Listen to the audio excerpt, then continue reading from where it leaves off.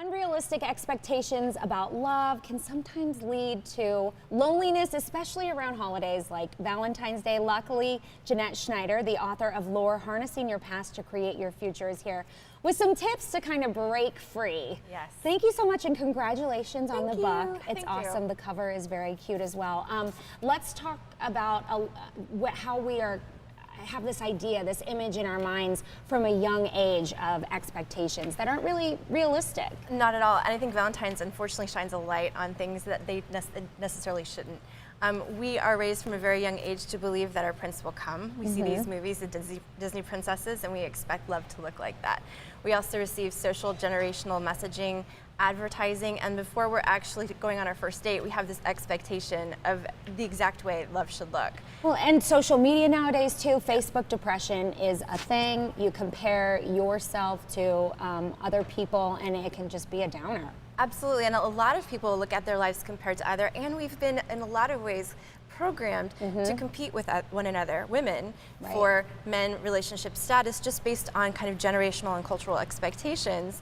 And my whole thing is we got to get rid of that. We have to really understand who we are before we show up in a relationship with all of these expectations of this prince that we're expecting. And you've got some great tips about harnessing self-love. The first one, tossing the fairy tale mentality. Absolutely. That's awesome. And then I love this, writing love letters to yourself. What does that look like?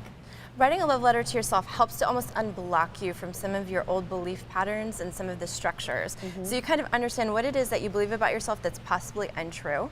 And through this process, what I've learned, a lot of people believe they're not worthy or they're unlovable. So they already walk into a relationship with this expectation that's subconscious, they don't belong there, and that they're not worth the love that's being given. So really getting into the old messaging and the beliefs that you had, even from as children, helps you to kind of break through some of those boundaries. Get rid of all the negative energy. I love also for holidays like this coming up, Valentine's Day, instead of putting the pressure on finding a date and making it a big deal, have a Galentine's Day. Absolutely. A girls' night. Absolutely. I think Galentine's is a wonderful thing. The only thing I suggest is when you go on your Galentine's date, make sure that you're not spending it talking about the guys that you've been dating and all of the drama of your love life, and instead start to pay attention to, like, what am I trying to accomplish and how do I show up in a relationship?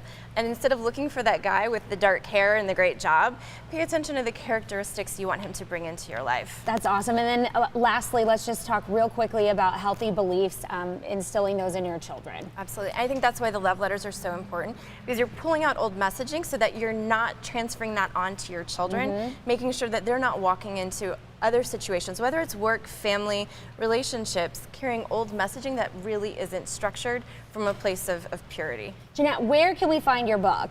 It's on Amazon and BarnesandNobles.com right now. It'll be very helpful. Thank you so much. Congratulations again. I really appreciate it.